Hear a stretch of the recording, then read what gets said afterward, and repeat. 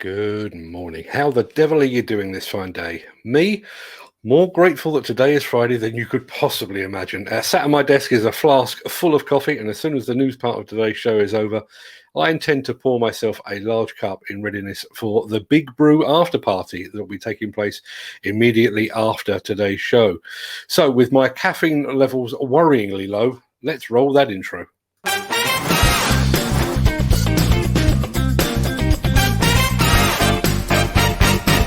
Welcome to the Breakfast Show. I'm your host, Mark Anthony. It's Friday, the 17th of September, and as that ever-present guy just said, welcome to the Breakfast Show. I am your host, Mark Anthony. In today's show, Cowalden is set to begin the clean-up operation of the site of a partial collapse in Wrexham later today. Komatsu has used the Mine Expo show to lay out its vision for a hybrid future. We look at the growing trend towards collaboration between OEMs and major customers in the development of zero emissions equipment. And we bring you the ultimate test for autonomous machine control and operation. We've even got a couple of guests lined up for you, and I can see one of them lurking in the green room as we speak. That will help break up the monotony of that bag of spanners that I laughingly call my face. And make sure you stick around for the end of the show, ideally with a big cup of tea or coffee as we throw open the doors for the Big Brew. But first, let's take a look at which of the rich and the shameless will be celebrating their birthdays on this day of days. Happy birthday!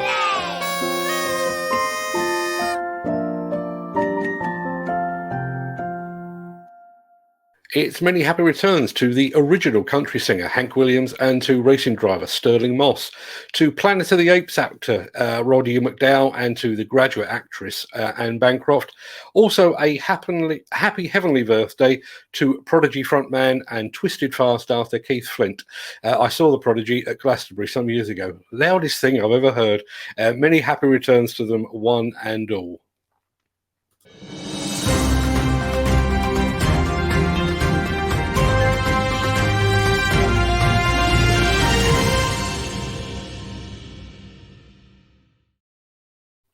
Equipment from the Cowalden demolition machine fleet is expected to arrive on the site of a partial collapse in Wrexham today to begin the clean-up operation and to make safe the remaining structures. Demolition News understands that a three-man strip-out team had just left the building when it partially collapsed. Thankfully, no one was injured in that collapse.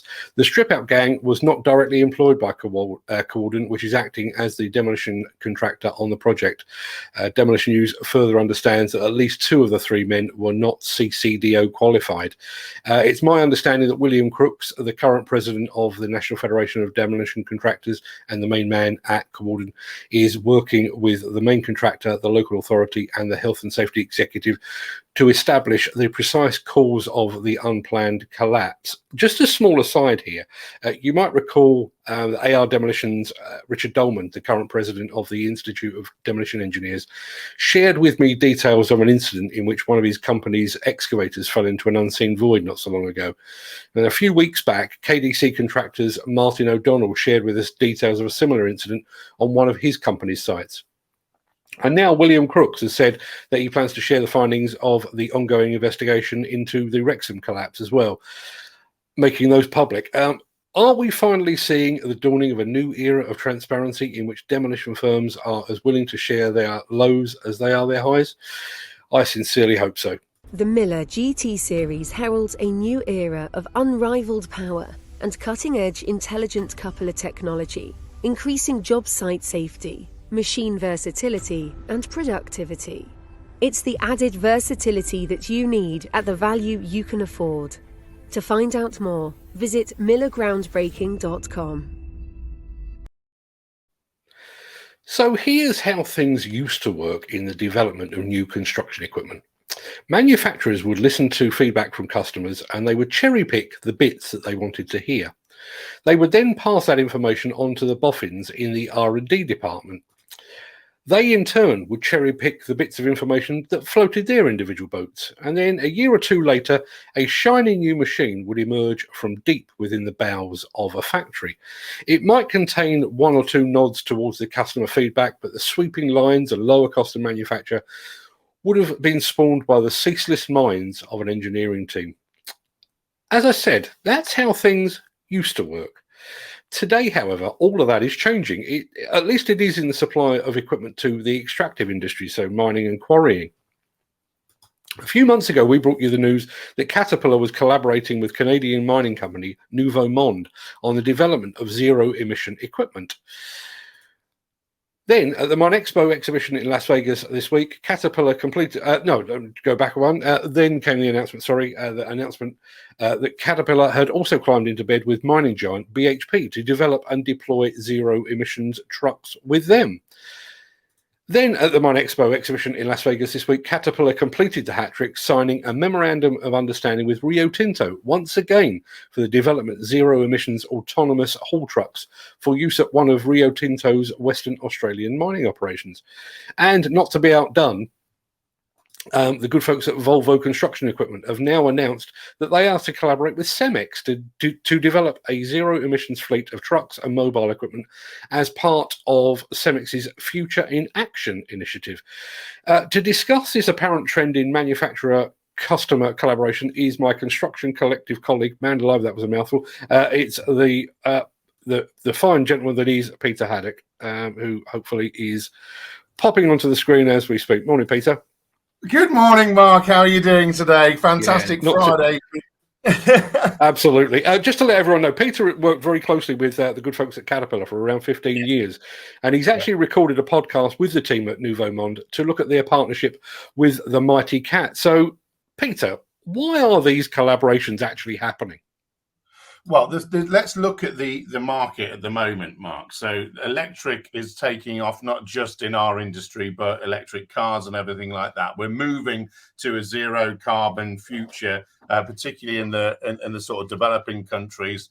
And what we're seeing, and I've got another podcast from the Sustainability Supply Chain School coming out, is there are big portions of tenders moving forward that involve all of the data and information about carbon emissions, sustainability, social value, all of these sort of things that we don't necessarily think about, saying, well, we can move it for the lowest cost per ton per litre, then we get the job. It's not like that anymore. And we're seeing a new generation, particularly children like my son's age, 13, coming up and going, actually, I'm looking at these businesses and thinking, are they interested in profits or are they interested in green profits? And are they going to invest? And we've seen Shell, 50,000 charge point stations.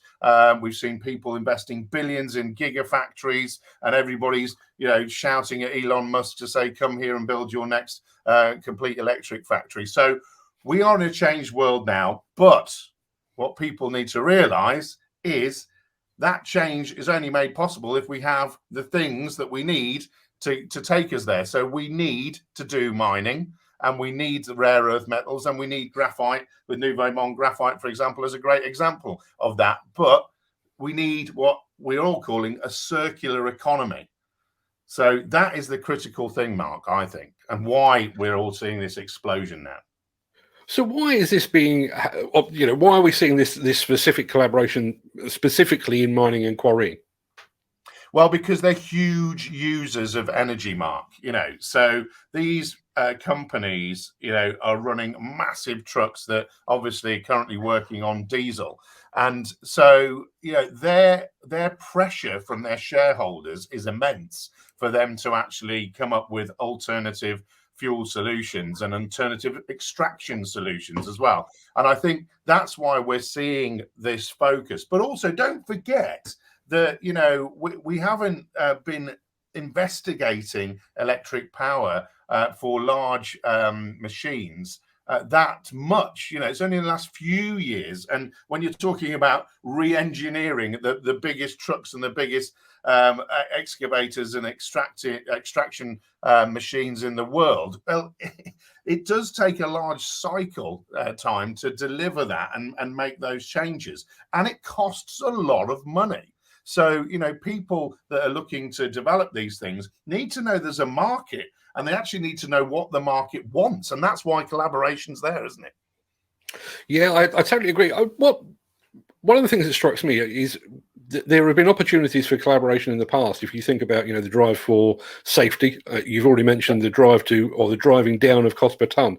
We've had those opportunities in the past, and yet it seems to be this emissions thing that has brought the OEMs and the mining companies together, isn't it? It is, but it's also data.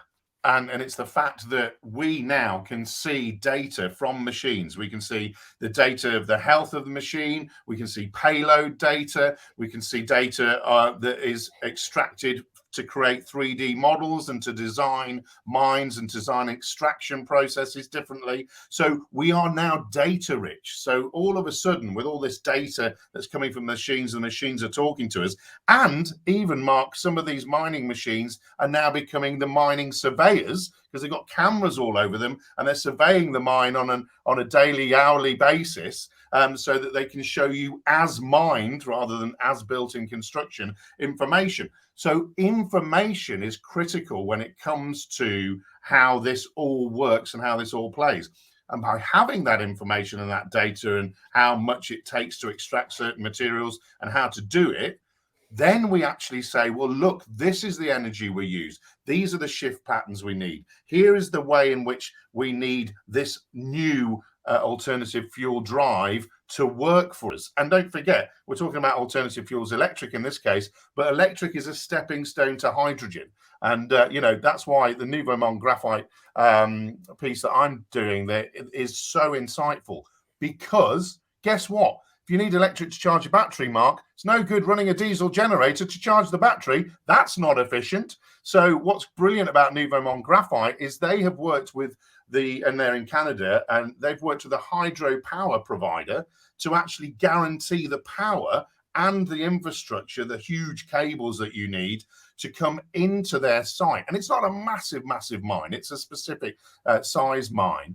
But that's the fundamentals. Diesel, you've put a pipeline in, you've got it straight there, you're filling it up. Electric, if you haven't got the electric source, and if you're turning around to me and saying you're going to have what we call dirty electric, so coal-fired power stations electric, it doesn't work as well. So what I'm hoping we're going to see is not only these collaborations here, but I'm hoping, look at mines. Mines are big spaces. Mines have got big spaces around them. Are we going to see arrays of solar panels? Are we going to see arrays of wind turbines that are creating the infrastructure needed to feed the battery, store the battery power, and then feed it out to the trucks? And, with autonomous mining already in Australia and other parts of the world, we can see that those trucks are working well. And do we have to do it the same way? Do we have to have really big trucks, to feed things? Or do we have what Volvo showed in their electric recently, where I launched their the small wheel loader, ants type machines that are running around in an ant format that are constantly flowing like a conveyor belt, and they take one full load of the actual extraction at the face. That fills up each one of them, and then another one is literally coming along. And with that, they can charge themselves. There's a lot less cost involved in actually maintaining them. But obviously, when the ant, as such, in that case, runs out of energy, another one is there to do it and keep that constant flow, because it is about charging, and it is about the time it takes to do that, but it's also about how quickly you can put that charge in without degrading the battery. And the great thing about Nouveau Monde Graphite, of course, is they're mining graphite to be used in batteries.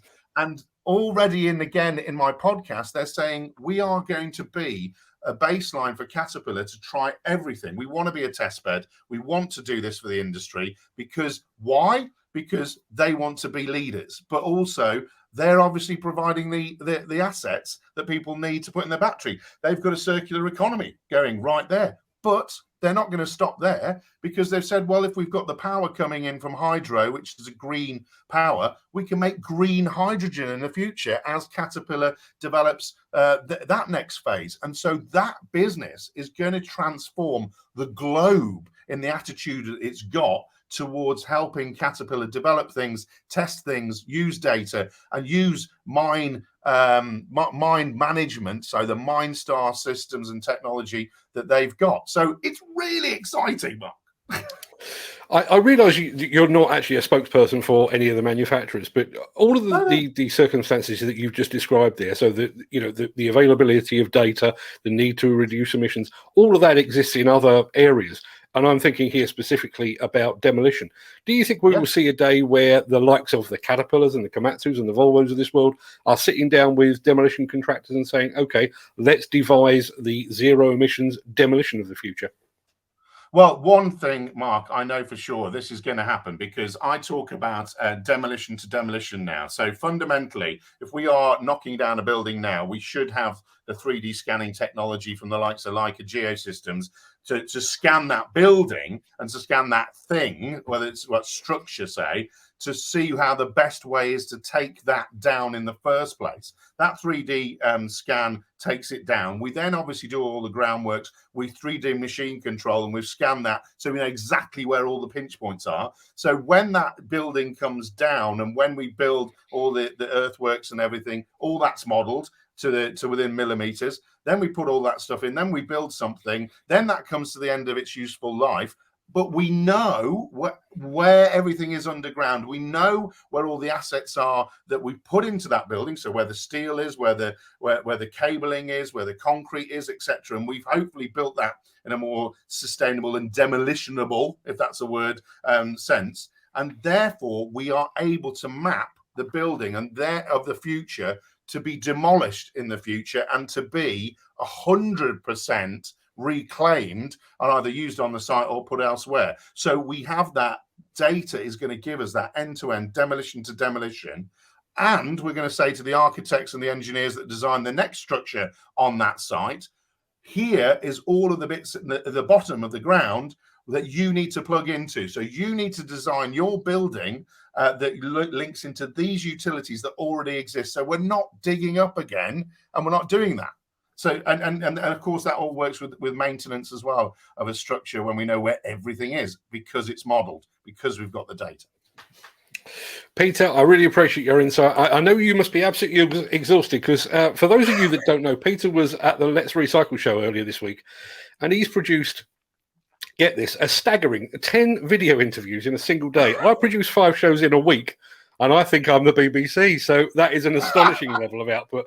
You can find all of Peter's films and many more besides over on the Content with Media YouTube channel. I've actually posted a link to Peter's channel in today's chat. Please do Peter, and most of all, do yourself a favor, hit that subscribe button while you're there.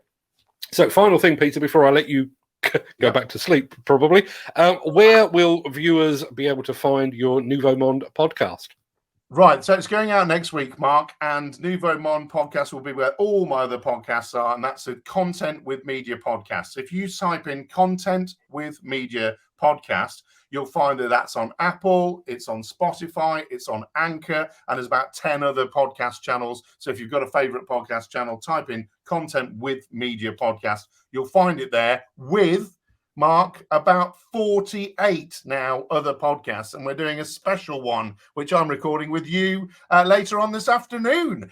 We're talking about the 3 C's. I'm not going to give it away, folks, but that's going to be super special, and that will be my 50th podcast since I started in March 2020, Mark. Woo! There's been a lot of work gone into that. Okay, well, you go and have a doze before we do the podcast, and I shall see you later on. You will. Thanks ever so much, folks. Have a great Friday, everybody. And fantastic to see so much excitement. And again, Mark, leaving you with the Highways England announcement today with more money for infrastructure. Great news for the sector right now. Just hope some of it lands with us. I'll speak to you later. Cheers. Bye-bye.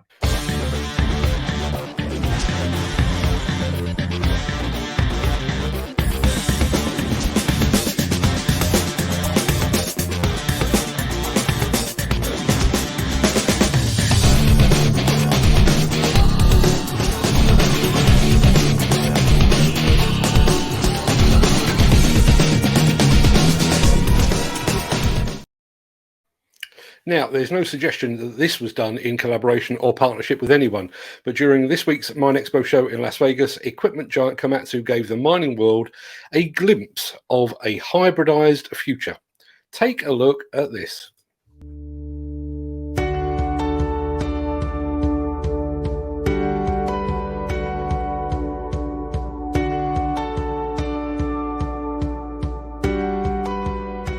We're passionate about our SR hybrid drive system because we've seen what a difference it can make for our customers' productivity and operational costs.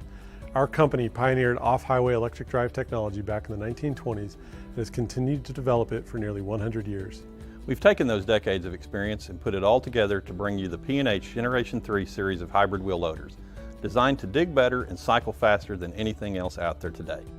The latest innovation in electric drive technology is our Kinetic Energy Storage System, or KES, that sets the Generation 3 apart. KES in its simplest form is an SR motor with additional mass acting as a flywheel. To understand and appreciate KES requires an understanding of some of the basics of our SR technology. A hallmark feature of our SR technology is the capability to manage bidirectional power flow. Or more simply stated, because we designed our SR system specifically to improve the efficiencies of mining machines rather than adopt drives from other applications, we have built in the ability to capture and manage braking horsepower that normally is lost. When a typical machine goes into braking, the inertia from the spinning wheels is wasted as heat. During braking, our wheel motors produce power, like a generator, and we were able to bring that power back into the system, turning our generator into a motor to drive our hydraulics or charge an energy storage system. The hydraulics are being powered with what would have been wasted energy, reducing engine load, fuel consumption, and reducing emissions. By leveraging the unlimited speed capability of SR motors, with KES we've created an innovative SR-based deep energy storage system that can be used to further supplement peak power demands, improving fuel efficiency and reducing overall cycle times. With bidirectional power flow, we can feed energy into KES and store significant horsepower.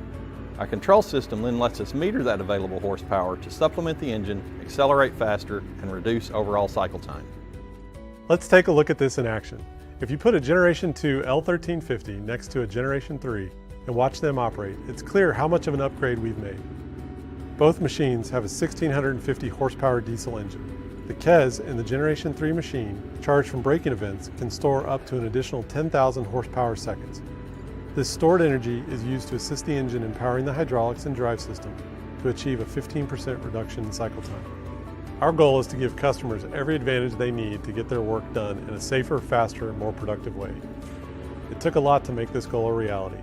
There are many dedicated people who tirelessly spent their time researching, engineering, and testing to evolve our SR technology in pursuit of this goal, and we feel like we've achieved that with the Generation 3.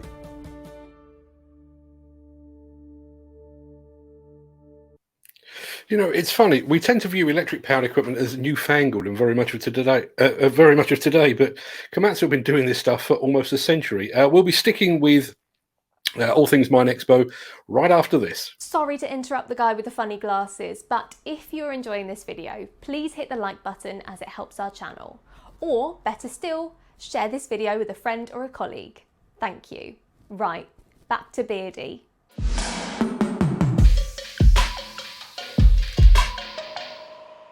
The Mine Expo show in Las Vegas has just closed its doors, and I'm still cursing my luck that I wasn't actually there as I'd originally intended. My hotel was booked and everything. Watching from afar, it was clear that there were many key announcements from the likes of Caterpillar, Liebherr, and as you just saw, Komatsu, among many others. Now, while the construction sector is still debating the potential for autonomous machine control, the mining sector implemented it years ago. In fact, autonomous Caterpillar trucks have hauled well in excess of 3 billion tons of material across 17 mines without incident or injury. Just as a small aside, those trucks have almost travelled, although they've actually travelled an astonishing 68.3 million miles. That's enough for a straight line round trip to Mars. Of course, mines are ideally suited to perfecting autonomous operations. They're generally tucked away, sparsely populated, and mining operations tend to be both predictable and repetitive, and best of all, the machines move comparatively slowly. But what if you wanted to really test the capabilities of autonomous machine control? Well, the boffins at Trimble have done just that, and this is how they did it.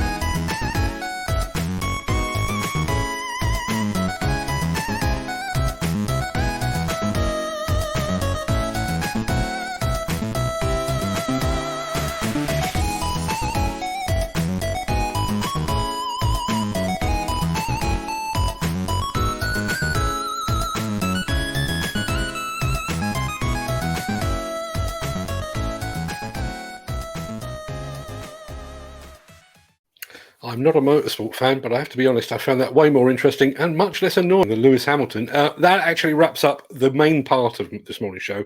I'm going to roll the outro in just a second before jumping over into today's extended chat, where I know we've actually got a guest standing by. Hopefully they and you will have a large cuppa with you. Obviously, I won't be here tomorrow, but you don't escape that easily. Our weekly omnibus edition, the weekend wrap, will drop at some ungodly hour in the morning to get you through Saturday. And then on Sunday, over on Instagram TV, you'll be able to catch a recording of our recent No Agenda show, in which we looked at the worsening industry skill shortage and how it threatens to jeopardize a potential bonanza of new work. And then, obviously, I'll be back here on Monday, same time, same place, for more of this old stuff and nonsense. But until then, have a great day. Stay safe. Look after yourself, your family, your friends, and your colleagues. Thanks for watching the main part. I'll roll the outro, and then we'll start the chat.